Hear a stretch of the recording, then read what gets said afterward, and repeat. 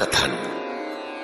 वस्तुतः गीता पर टीका लिखने की अब कोई आवश्यकता प्रतीत नहीं होती, क्योंकि इस पर सहस्त्रों टीकाएं लिखी जा चुकी हैं, जिनमें 50 तो केवल संस्कृत में ही है। गीता को लेकर 50 मत है, जबकि सबकी आधारशिला एकमात्र गीता है। योगेश्वर श्री कृष्ण ने तो कोई एक बात कही होगी, फिर यह मतभेद क्यों? वस्तुतः वक्ता एक ही बात कहता है, किंतु श्रोता यदि 10 बैठे हों तो 10 प्रकार के आशय ग्रहण करते हैं। व्यक्ति की बुद्धि पर तामसी, राजसी अथवा सात्विक गुणों का जितना प्रभाव है, उसी स्तर से उस वार्ता को पकड़ पाता है, इससे आगे वो समझ नहीं पाता। अतः मतभेद स्वाभाविक है।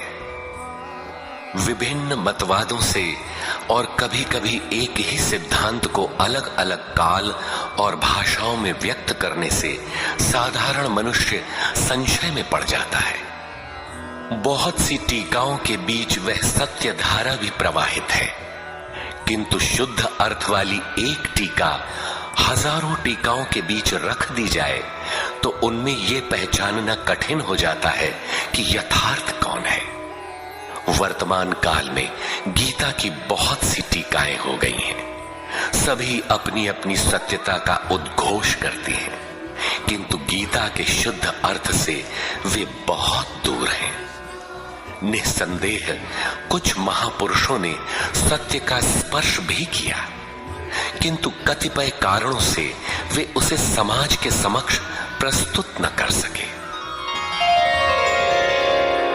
श्री कृष्ण के आशय को हृदयंगम न कर पाने का मूल कारण है कि वे एक योगी थे। श्री कृष्ण जिस स्तर की बात करते हैं, क्रमशः चलकर उसी स्तर पर खड़ा होने वाला कोई महापुरुष ही अक्षरशः बता सकेगा कि श्री कृष्ण ने जिस समय गीता का उपदेश दिया था, उस समय उनके मनोगत भाव क्या थे। मनोगत समस्त भाव कहने में नहीं आते, कुछ तो कहने में आ पाते हैं, कुछ भाव भंगिमा से व्यक्त होते हैं और शेष पर्याप्त क्रियात्मक हैं, जिन्हें कोई पथिक चलकर ही जान सकता है। जिस स्तर पर श्री कृष्ण थे, क्रमशः चलकर उसी अवस्था को प्राप्त महापुरुष ही जानता है कि गीता क्या कहती है। वह गीता की पंक्तियां ही नहीं दोहराता, बल्कि उनके भावों को भी दर्शा देता है, क्योंकि जो दृश्य श्री कृष्ण के सामने था, वही उस वर्तमान महापुरुष के समक्ष भी है। इसलिए वो देखता है, दिखा देगा, आप में जागृत भी कर देगा, उस पथ पर चला भी देगा। पूज्य श्री परमहंस जी महाराज भी उसी स्तर के महापुरुष थे। उनकी वाणी तथा अंतः प्रेरणा से मुझे गीता का जो अर्थ मिला, उसी का संकलन यथार्थ गीता है। इसमें मेरा अपना कुछ भी नहीं है, यह क्रियात्मक है। साधन अपनाने वाले प्रत्येक पुरुष को इसी परिधि से गुजरना होगा। जब तक वो इससे अलग है, तब तक स्पष्ट है कि वो साधन नहीं करता, किसी न किसी प्रकार की लकीर अवश्य पीटता है। अतः किसी महापुरुष की शरण ले। श्री कृष्ण ने किसी अन्य सत्य को नहीं बताया, बल्कि कहा, ऋषिभिर बहुधा गीतम। ऋषियों ने अनेकों बार जिसका गायन किया है, वही कहने जा रहा हूं। उन्होंने यह नहीं कहा कि उस ज्ञान को केवल मैं ही जानता हूं या मैं ही बताऊंगा, बल्कि कहा, किसी तत्वदर्शी के पास जाओ, निष्कपट भाव से सेवा करके उस ज्ञान को प्राप्त करो। श्री कृष्ण ने महापुरुषों द्वारा शोधित सत्य को ही उद्घाटित किया है। गीता सुबोध संस्कृत में है। यदि अन्वयार्थ ही लें तो गीता का अधिकांश आप स्वयं हृदयंगम कर सकेंगे, किंतु आप ज्यों का त्यों अर्थ नहीं लेते। उदाहरण के लिए श्री कृष्ण ने स्पष्ट कहा कि यज्ञ की प्रक्रिया ही कर्म है, फिर भी आप कहते हैं कि खेती करना कर्म है। यज्ञ को स्पष्ट करते हुए उन्होंने बताया कि यज्ञ में बहुत से योगी जन प्राण में अपान को हवन करते हैं, बहुत से अपान में प्राण को हवन करते हैं, बहुत से योगी प्राण अपान दोनों को रोककर प्राणायाम परायण हो जाते हैं, बहुत से योगी इंद्रियों की संपूर्ण प्रवृत्तियों को संयमाग्नि में हवन करते हैं। इस प्रकार श्वास प्रश्वास का चिंतन यज्ञ है, मन सहित इंद्रियों का संयम यज्ञ है। शास्त्रकार ने स्वयं यज्ञ बताया, फिर भी आप कहते हैं कि विष्णु के निमित्त स्वाहा बोलना, अग्नि में जौ तिल घी का हवन करना यज्ञ है। उन योगेश्वर ने ऐसा एक शब्द भी नहीं कहा। क्या कारण है कि आप समझ नहीं पाते?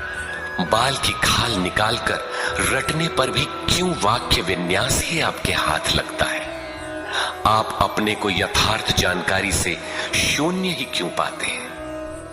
वस्तुतः मनुष्य जन्म लेकर क्रमशः बड़ा होता है तो पैतृक संपत्ति, घर, दुकान, जमीन जायदाद, पद प्रतिष्ठा, गाय भैंस, यंत्र उपकरण इत्यादि उसे विरासत में मिलती है। ठीक इसी प्रकार उसे कुछ रूढ़ियां, परंपराएं, पूजा पद्धतियां भी विरासत में मिल जाती हैं। 33 करोड़ देवी देवता तो भारत में बहुत पहले गिने गए थे। विश्व में उनके अनगिनत रूप है। शिशु ज्यों-ज्यों बड़ा होता है, अपने माता पिता, भाई बहन, पास पड़ोस में इनकी पूजा देखता है। परिवार में प्रचलित पूजा पद्धतियों की अमिट छाप उसके मस्तिष्क पर पड़ जाती है। देवी की पूजा मिली तो जीवन भर देवी देवी रटता है। परिवार में भूत पूजा मिली तो भूत भूत रटता है। कोई शिव तो कोई कृष्ण तो कोई कुछ पकड़े ही रहता है, उन्हें वो छोड़ नहीं सकता। ऐसे भ्रांत पुरुष को गीता जैसा कल्याणकारी शास्त्र मिल भी जाए तो वो उसे नहीं समझ सकता। पैतृक संपदा को कदाचित वो छोड़ भी सकता है, किंतु इन रूढ़ियों और मजहबी पचड़ों को नहीं मिटा सकता। पैतृक संपत्ति को हटाकर आप हजारों मील दूर जा सकते हैं, किंतु दिल दिमाग में अंकित ये रूढ़िगत विचार वहां भी आपका पिंड नहीं छोड़ते। आप सिर काटकर अलग तो नहीं रख सकते, अतः आप यथार्थ शास्त्र को भी उन्हीं रूढ़ियों, रीति रिवाजों, मान्यताओं और पूजा पद्धतियों के अनुरूप ढाल कर देखना चाहते हैं। यदि उनके अनुरूप बात ढलती है, वार्ता का क्रम बैठता है, तो आप उसे सही मानते हैं, और नहीं ढलती तो गलत मानते हैं। इसीलिए आप गीता का रहस्य नहीं देख पाते। गीता का रहस्य रहस्य ही बनकर रह जाता है। इसके वास्तविक पारखी संत अथवा सद्गुरु हैं। वही बता सकते हैं कि गीता क्या कहती है। सब नहीं जान सकते। सबके लिए सुलभ उपाय यही है कि इसे किसी महापुरुष के सान्निध्य में समझें, जिसके लिए श्री कृष्ण ने बल दिया है। गीता किसी विशिष्ट व्यक्ति, जाति, वर्ग, पंथ, देश काल या किसी रूढ़िग्रस्त संप्रदाय का ग्रंथ नहीं है, बल्कि यह सार्वलौकिक, सार्वकालिक धर्म ग्रंथ है। यह प्रत्येक देश, प्रत्येक जाति तथा प्रत्येक स्तर के प्रत्येक स्त्री पुरुष के लिए, सबके लिए है। केवल दूसरों से सुनकर या किसी से प्रभावित होकर मनुष्य को ऐसा निर्णय नहीं लेना चाहिए जिसका प्रभाव सीधे उसके अपने अस्तित्व पर पड़ता हो। पूर्वाग्रह की भावना से मुक्त होकर सत्यान्वेषियों के लिए यह आर्ष ग्रंथ आलोक स्तंभ है। हिंदुओं का आग्रह है कि वेद ही प्रमाण है।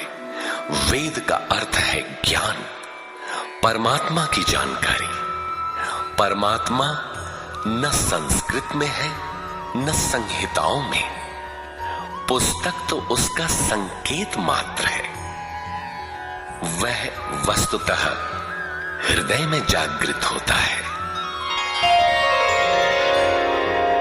विश्वामित्र चिंतन कर रहे थे। उनकी भक्ति देखकर ब्रह्मा आए। बोले, आज से तुम ऋषि हो। विश्वामित्र को संतोष नहीं हुआ, चिंतन में लगे रहे।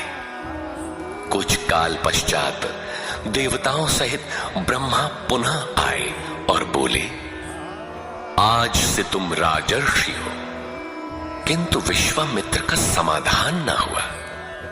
वे अनवरत चिंतन में लगे रहे। ब्रह्मा दैवी संपदाओं के साथ पुनः आए और बताया कि आज से तुम महर्षि हुए। विश्वामित्र ने कहा, नहीं, मुझे जितेंद्रिय ब्रह्मर्षि कहें। ब्रह्मा ने कहा, अभी तुम जितेंद्रिय नहीं हो। विश्वामित्र पुनः तपस्या में लग गए।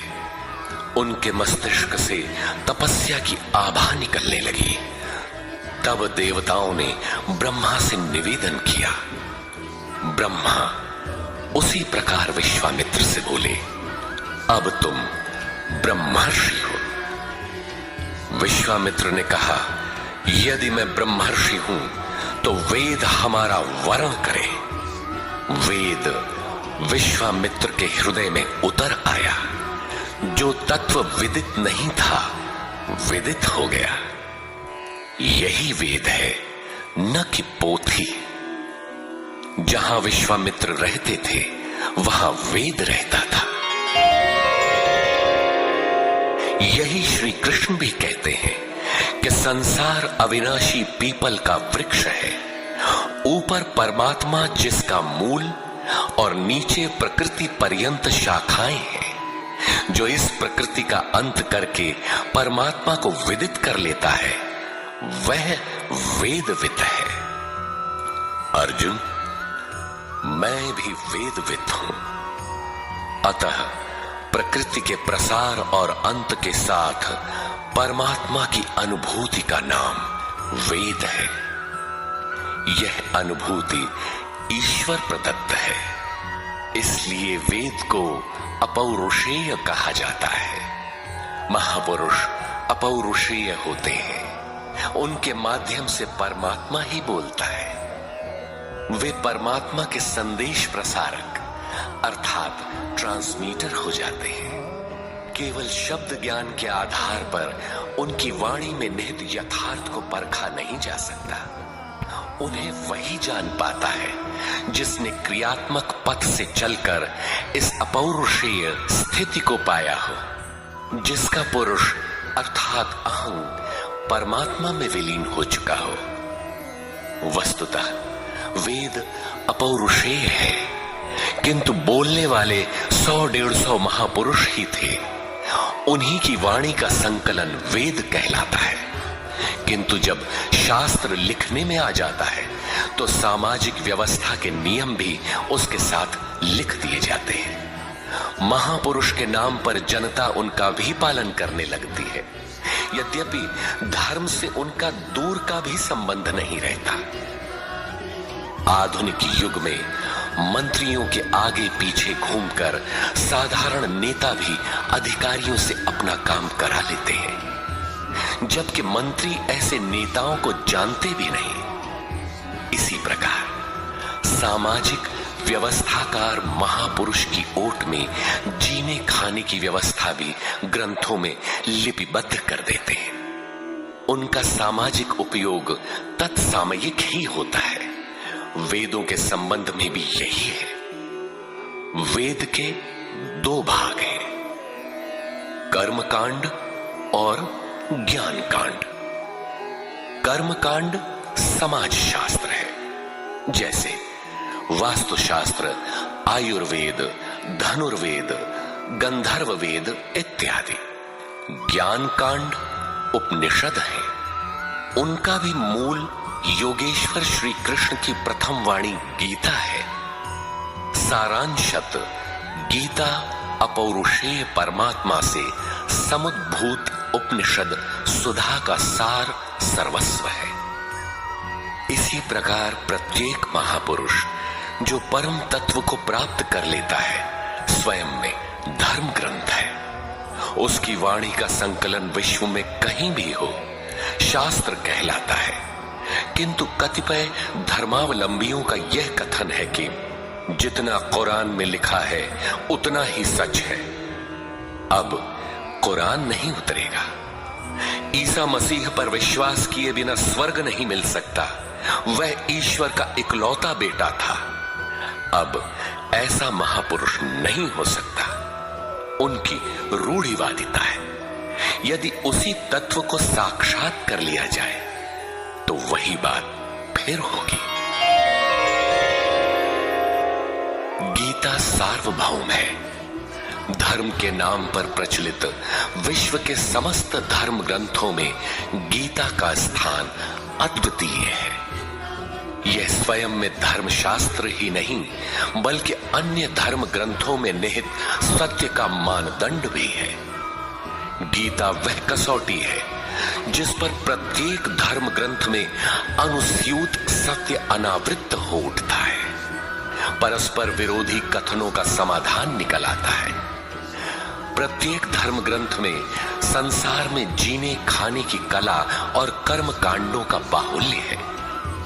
जीवन को आकर्षक बनाने के लिए उन्हें करने तथा न करने के रोचक भयानक वर्णनों से धर्म ग्रंथ भरे पड़े हैं। कर्म कांडों की इसी परंपरा को जनता धर्म समझने लगती है। जीवन निर्वाह की कला के लिए निर्मित पूजा पद्धतियों में देश काल और परिस्थितियों के अनुसार परिवर्तन स्वाभाविक है। धर्म के नाम पर समाज में कलह का यही एकमात्र कारण है। गीता इन क्षणिक व्यवस्थाओं से ऊपर उठकर आत्मिक पूर्णता में प्रतिष्ठित करने का क्रियात्मक अनुशीलन है, जिसका एक भी श्लोक भौतिक जीवन यापन के लिए नहीं है। इसका प्रत्येक श्लोक आपसे आंतरिक युद्ध आराधना की मांग करता है। तथाकथित धर्म ग्रंथों की भांति आपको स्वर्ग या नर्क के द्वंद्व में फंसाकर नहीं छोड़ता, बल्कि उस अमरत्व की उपलब्धि कराता है जिसके पीछे जन्म मृत्यु का बंधन नहीं रह जाता।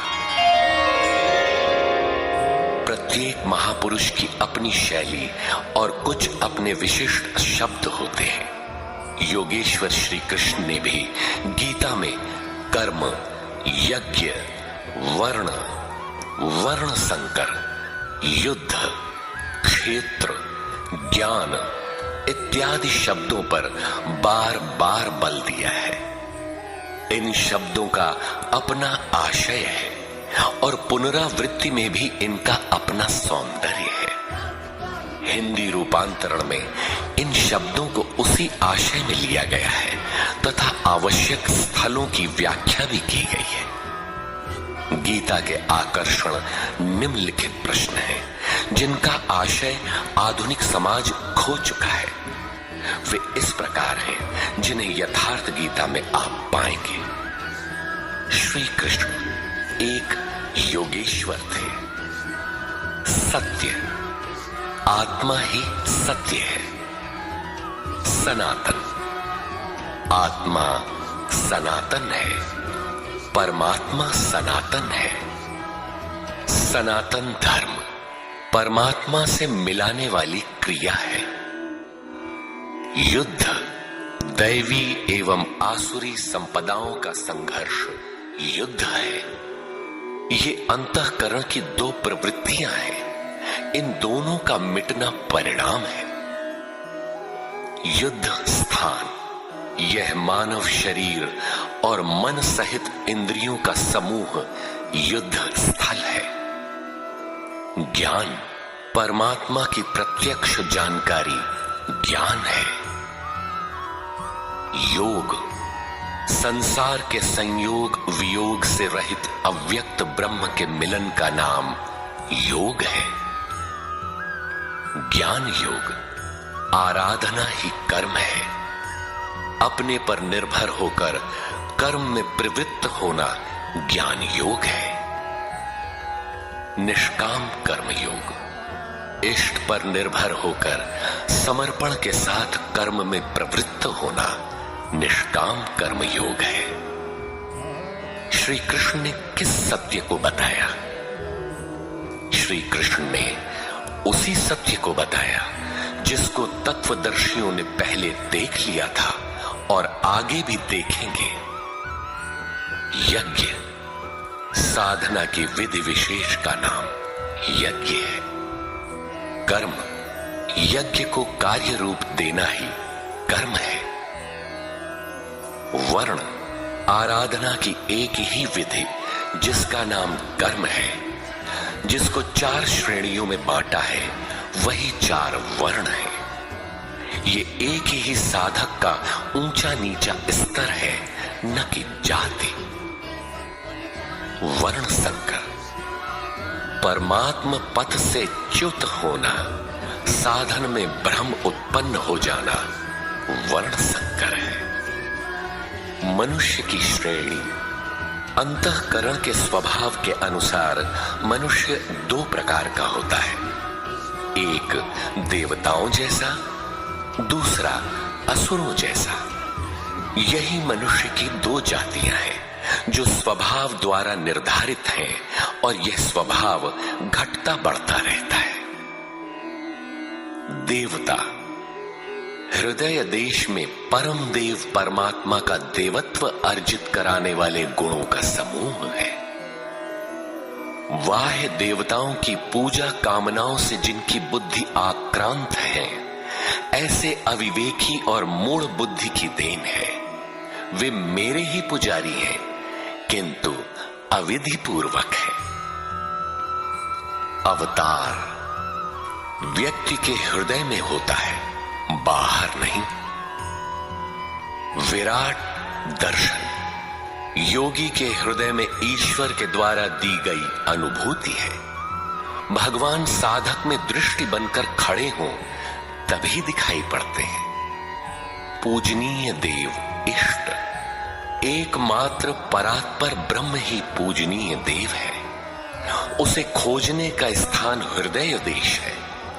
उसकी प्राप्ति का स्रोत उसी अव्यक्त स्वरूप में स्थित प्राप्ति वाले महापुरुष के द्वारा है। अब इनमें से योगेश्वर श्री कृष्ण का स्वरूप समझने के लिए अध्याय 3 तक आपको पढ़ना होगा और अध्याय 13 तक आप स्पष्ट समझने लगेंगे कि श्री कृष्ण योगी थे। अध्याय 2 से ही सत्य निखर जाएगा। सनातन और सत्य एक दूसरे के पूरक है। ये अध्याय 2 से ही स्पष्ट होगा, वैसे पूर्ति पर्यंत चलेगा। युद्ध अध्याय 4 तक स्पष्ट होने लगेगा। 11 तक संशय निर्मूल हो जाएगा। वैसे अध्याय 16 तक देखना चाहिए। युद्ध स्थल के लिए अध्याय 13 बार बार देखें। ज्ञान अध्याय 4 से स्पष्ट होगा तथा अध्याय 13 में भली प्रकार समझ में आएगा कि प्रत्यक्ष दर्शन का नाम ज्ञान है। योग अध्याय 6 तक आप समझ सकेंगे। वैसे पूर्ति पर्यंत योग के विभिन्न अंशों की परिभाषा है। ज्ञान योग अध्याय 3 से 6 तक स्पष्ट हो जाएगा। आगे देखने की कोई विशेष आवश्यकता नहीं है। निष्काम कर्म योग अध्याय 2 से आरंभ होकर पूर्ति पर्यंत है। यज्ञ आप अध्याय 3 से 4 तक पढ़ें, स्पष्ट हो जाएगा। कर्म का नाम अध्याय 2/39 में प्रथम बार लिया गया है। इसी श्लोक से अध्याय 4 तक पढ़ लें तो स्पष्ट हो जाएगा कि कर्म का अर्थ आराधना भजन क्यों है। अध्याय 16 और 17 यह विचार स्थिर कर देता है कि यही सत्य है। वर्ण संख्या 3 में और अवतार अध्याय 4 में स्पष्ट हो जाएगा। वर्ण व्यवस्था के लिए अध्याय 18 देखना होगा। वैसे संकेत अध्याय 3 और 4 में भी है। मनुष्य की देवासुर जातियों के लिए अध्याय 16 द्रष्टव्य है। विराट दर्शन अध्याय 10 से 11 तक स्पष्ट हो गया है। अध्याय 7, 9 और 15 में भी इस पर प्रकाश डाला गया है। अध्याय 7, 9 और 17 में बाह्य देवताओं की अस्तित्वहीनता स्पष्ट हो जाती है। परमात्मा के पूजन की स्थली हृदय देश ही है, जिसमें ध्यान, श्वास प्रश्वास के चिंतन इत्यादि की क्रियाएं जो एकांत में बैठकर की जाती हैं। अध्याय 3, 4, 6 और 18 में स्पष्ट है। बहुत सोचने विचारने से क्या प्रयोजन है? यदि अध्याय 6 तक ही अध्ययन कर लें तो भी यथार्थ गीता का मूल आशय आपकी समझ में आ जाएगा। गीता जीविका संग्राम का साधन नहीं, अपितु जीवन संग्राम में शाश्वत विजय का क्रियात्मक प्रशिक्षण है। इसलिए युद्ध ग्रंथ है जो वास्तविक विजय दिलाता है। किंतु गीतोक्त युद्ध तलवार, धनुष, वाण, गदा और फरसे से लड़ा जाने वाला सांसारिक युद्ध नहीं है और न इन युद्धों में शाश्वत विजय निहित है। ये सत प्रवृत्तियों का संघर्ष है जिनके रूपकात्मक वर्णन की परंपरा रही है। वेद में इंद्र और वृत्र, विद्या और अविद्या, पुराणों में देवासुर संग्राम, महाकाव्यों में राम और रावण, कौरव एवं पांडवों के संघर्ष को ही गीता में धर्म क्षेत्र और कुरुक्षेत्र, दैवी संपद एवं आसुरी संपद, सजातीय एवं विजातीय, सद्गुण एवं दुर्गुणों का संघर्ष कहा गया है। यह संघर्ष जहां होता है वह स्थान कहां है? गीता का धर्म क्षेत्र और कुरुक्षेत्र भारत का कोई भूखंड नहीं, बल्कि स्वयं गीताकार के शब्दों में इदं शरीरम कौन्तेय क्षेत्रमित्यभिधीयते। कौन्तेय, यह शरीर ही एक क्षेत्र है जिसमें बोया हुआ भला और बुरा बीज संस्कार रूप से सदैव उगता है। 10 इंद्रियां, मन, बुद्धि, चित्त, अहंकार, 5 विकार और 3 गुणों का विकार इस क्षेत्र का विस्तार है। प्रकृति से उत्पन्न इन 3 गुणों से विवश होकर मनुष्य को कर्म करना पड़ता है। वह क्षण मात्र भी कर्म किए बिना नहीं रह सकता। पुनरपि जननम पुनरपि मरणम पुनरपि जननी जठरे शयनम। जन्म जन्मांतरों से करते ही तो बीत रहा है, यही कुरुक्षेत्र है। सदगुरु के माध्यम से साधना के सही दौर में पढ़कर साधक जब परम धर्म परमात्मा की ओर अग्रसर होता है तब यह क्षेत्र धर्म क्षेत्र बन जाता है। यह शरीर ही क्षेत्र है। इसी शरीर के अंतराल में अंतःकरण की 2 प्रवृत्तियां पुरातन हैं, दैवी संपद और आसुरी संपद। दैवी संपद में है पुण्य रूपी पांडु और कर्तव्य रूपी कुंती। पुण्य जागृत होने से पहले मनुष्य जो कुछ भी कर्तव्य समझकर करता है, अपनी समझ से वह कर्तव्य ही करता है, किंतु उससे कर्तव्य होता नहीं, क्योंकि पुण्य के बिना कर्तव्य को समझा ही नहीं जा सकता। कुंती ने पांडु से संबंध होने से पूर्व जो कुछ भी अर्जित किया वह था कर्ण। आजीवन कुंती के पुत्रों से लड़ता रह गया। पांडवों का दुर्धर्ष शत्रु यदि कोई था तो वह था कर्ण। विजातीय कर्म ही कर्ण है जो बंधनकारी है, जिससे परंपरागत रूढ़ियों का चित्रण होता है। पूजा पद्धतियां पिंड नहीं छोड़ती। पुण्य जागृत होने पर धर्म रूपी युधिष्ठिर, अनुराग रूपी अर्जुन, भाव रूपी भीम, नियम रूपी नकुल, सत्संग रूपी सहदेव, सात्विकता रूपी सात्यकी, काया में सामर्थ्य रूपी काशीराज, कर्तव्य के द्वारा भाव पर विजय कुंती भोज इत्यादि इष्टोन्मुखी मानसिक प्रवृत्तियों का उत्कर्ष होता है, जिनकी गणना 7 अक्षौहिणी है। अक्ष दृष्टि को कहते हैं। सत्यमयी दृष्टिकोण से जिसका गठन है वह है दैवी संपत्ति। परम धर्म परमात्मा तक की दूरी तय कराने वाली ये 7 सीढ़ियां, 7 भूमिकाएं हैं, न कि कोई गणना विशेष। वस्तुतः ये प्रवृत्तियां अनंत हैं। दूसरी ओर है कुरुक्षेत्र, जिसमें 10 इंद्रियां और 1 मन, 11 अक्षौहिणी सेना है। मन सहित इंद्रियमयी दृष्टिकोण से जिसका गठन है वह है आसुरी संपद, जिसमें है अज्ञान रूपी धृतराष्ट्र, जो सत्य को जानते हुए भी अंधा बना रहता है।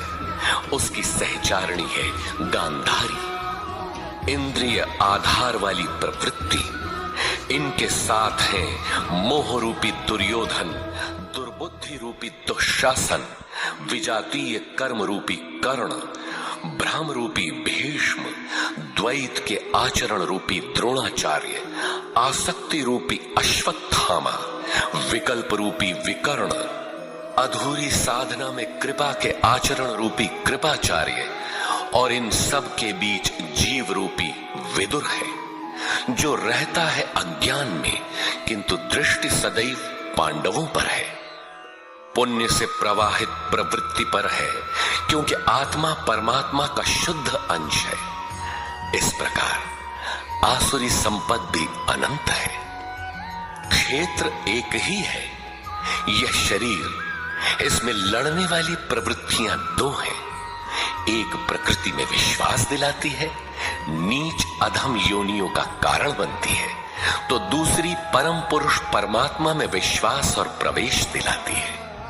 तत्वदर्शी महापुरुष के संरक्षण में क्रमशः साधन करने पर दैवी संपत्ति का उत्कर्ष और आसुरी संपत्ति का सर्वथा शमन हो जाता है। जब कोई विकार ही नहीं रहा, मन का सर्वथा निरोध और निरुद्ध मन का भी विलय हो जाता है, तो दैवी संपत्ति की आवश्यकता समाप्त हो जाती है। अर्जुन ने देखा कि कौरव पक्ष के अनंतर पांडव पक्ष के योद्धा भी योगेश्वर में समाहित हो रहे हैं। पूर्ति के साथ दैवी संपत्ति भी विलीन हो जाती है। अंतिम शाश्वत परिणाम निकल आता है। इसके पश्चात महापुरुष यदि कुछ करता है तो केवल अनुयायियों के मार्गदर्शन के लिए ही करता है। लोक संग्रह की इसी भावना से महापुरुषों ने सूक्ष्म मनोभावों का वर्णन उन्हें ठोस स्थूल रूप देकर किया है। गीता छंदोबद्ध है, व्याकरण सम्मत है, किंतु इसके पात्र प्रतीकात्मक हैं। अमूर्त योग्यताओं के मूर्त रूप मात्र है। गीता के आरंभ में 30-40 पात्रों का नाम लिया गया है, जिनमें आधे सजातीय हैं, आधे विजातीय। कुछ पांडव पक्ष के हैं, कुछ कौरव पक्ष के। विश्व रूप दर्शन के समय इनमें से 4-6 नाम पुनः आए हैं, अन्यथा संपूर्ण गीता में इन नामों की चर्चा तक नहीं है। एकमात्र अर्जुन ही ऐसा पात्र है जो आरंभ से अंत तक योगेश्वर के समक्ष है। वह अर्जुन भी केवल योग्यता का प्रतीक है, न कि व्यक्ति विशेष। गीता के आरंभ में अर्जुन सनातन कुल धर्म के लिए विकल है, किंतु योगेश्वर श्री कृष्ण ने इसे अज्ञान बताया और निर्देश दिया कि आत्मा ही सनातन है, शरीर नाशवान है, इसलिए युद्ध कर। इस आदेश से यह स्पष्ट नहीं था कि अर्जुन कौरवों को ही मारे। पांडव पक्ष के भी शरीरधारी ही तो थे। दोनों ओर संबंधी ही तो थे। संस्कारों पर आधारित शरीर क्या तलवार से काटने पर समाप्त हो सकेगा? जब शरीर नाशवान है, जिसका अस्तित्व है ही नहीं, तो अर्जुन कौन था? श्री कृष्ण किसकी रक्षा में खड़े थे? क्या किसी शरीरधारी की रक्षा में खड़े थे? श्री कृष्ण ने कहा, जो शरीर के लिए परिश्रम करता है वह पापायु मूढ़ बुद्धि पुरुष व्यर्थ ही जीता है। यदि श्री कृष्ण किसी शरीरधारी की रक्षा में खड़े हैं, तब तो वे भी मूढ़ बुद्धि हैं, व्यर्थ ही जीने वाले हैं। वस्तुतः अनुराग ही अर्जुन है। अनुरागी के लिए महापुरुष सदैव खड़े हैं। अर्जुन शिष्य था और श्री कृष्ण एक सद्गुरु थे। विनयावनत होकर उसने कहा, धर्म के मार्ग में मोहित चित्त मैं आपसे पूछता हूं, जो श्रेय अर्थात परम कल्याणकारी हो वह उपदेश मेरे प्रति कहिए। अर्जुन श्रेय चाहता था, प्रिय अर्थात भौतिक पदार्थ नहीं। केवल कहिए ही नहीं, साधिए, संभालिए। मैं आपका शिष्य हूं, आपकी शरण में हूं। इसी प्रकार गीता में स्थान स्थान पर स्पष्ट है कि अर्जुन आर्त अधिकारी है और योगेश्वर श्री कृष्ण एक सद्गुरु हैं। वे सद्गुरु अनुरागी के साथ सदैव रहते हैं, उनका मार्गदर्शन करते हैं। जब भावुकतावश कोई व्यक्ति पूज्य महाराज जी के पास रहने का आग्रह करने लगता है, तब वे कहा करते थे, जाओ, शरीर से कहीं रहो, मन से मेरे पास आते रहो। प्रातः सायं राम शिव ओम किसी 1, 2, 2.5 अक्षर के नाम का जाप करो और मेरे स्वरूप का हृदय में ध्यान धरो। 1 मिनट भी स्वरूप पकड़ लोगे तो जिसका नाम भजन है वो मैं तुम्हें दूंगा। इससे अधिक पकड़ने लगोगे तो हृदय से रथी बनकर सदैव तुम्हारे साथ रहूंगा। जब सूरत पकड़ में आ जाती है तो इसके बाद महापुरुष इतना ही पास में रहते हैं जितना हाथ, पांव, नाक, कान इत्यादि आपके पास है। आप हजारों किलोमीटर दूर क्यों ना हो, वह सदैव समीप है। मन में विचारों के उठने से भी पहले वे मार्गदर्शन करने लग जाते हैं। अनुरागी के हृदय में वह महापुरुष सदैव आत्मा से अभिन्न होकर जागृत रहते हैं। अर्जुन अनुराग का प्रतीक है। गीता के 11वें अध्याय में योगेश्वर श्री कृष्ण का ऐश्वर्य देखने पर अर्जुन अपनी क्षुद्र त्रुटियों के लिए क्षमा याचना करने लगा। श्री कृष्ण ने क्षमा किया और याचना के अनुरूप सौम्य स्वरूप में आकर कहा, अर्जुन, मेरे स्वरूप को न पहले किसी ने देखा है और न भविष्य में कोई देख सकेगा। तब तो गीता हम लोगों के लिए व्यर्थ है, क्योंकि उस दर्शन की योग्यताएं अर्जुन तक सीमित रह गईं। जबकि उसी समय संजय देख रहा था, पहले भी उन्होंने कहा, बहुत से योगी जन ज्ञान रूपी तप से पवित्र होकर मेरे साक्षात स्वरूप को प्राप्त कर चुके हैं। अंततः वे महापुरुष कहना क्या चाहते हैं? वस्तुतः अनुराग ही अर्जुन है, जो आपके हृदय की भावना विशेष है। अनुराग विहीन पुरुष न कभी पूर्व में देख सका है और न ही अनुराग विहीन पुरुष भविष्य में कभी देख सकेगा। मिले ही न रघुपति बिनु अनुरागा, किए जोग तप ज्ञान विरागा। अतः अर्जुन एक प्रतीक है। यदि प्रतीक नहीं है तो गीता का पीछा छोड़ दें। गीता आपके लिए नहीं है, क्योंकि उस दर्शन की योग्यता अर्जुन तक ही सीमित रह गई। अध्याय के अंत में योगेश्वर निर्णय देते हैं, अर्जुन, अनन्य भक्ति और श्रद्धा द्वारा मैं इस प्रकार प्रत्यक्ष देखने के लिए अर्थात जैसा तूने देखा, तत्व से स्पष्ट जानने के लिए और प्रवेश करने के लिए भी सुलभ हूं। अनन्य भक्ति अनुराग का ही दूसरा रूप है और यही अर्जुन का स्वरूप भी है। अर्जुन पथिक का प्रतीक है। इस प्रकार गीता के पात्र प्रतीकात्मक हैं, यथा स्थान उनका संकेत है। रहे हो कोई ऐतिहासिक श्री कृष्ण और अर्जुन, निश्चय ही हुआ हो कोई विश्व युद्ध, किंतु गीता में भौतिक युद्ध का चित्रण कदापि नहीं है। उस ऐतिहासिक युद्ध के मुहाने पर घबराया तो था अर्जुन, न कि सेना। सेना तो लड़ने को तैयार खड़ी थी। क्या गीता का उपदेश देकर श्री कृष्ण ने सव्यसाची अर्जुन को सेना की योग्यता का बनाया? वस्तुतः साधन लिखने में नहीं आता, सब कुछ पढ़ लेने के बाद भी चलना शेष ही रहता है।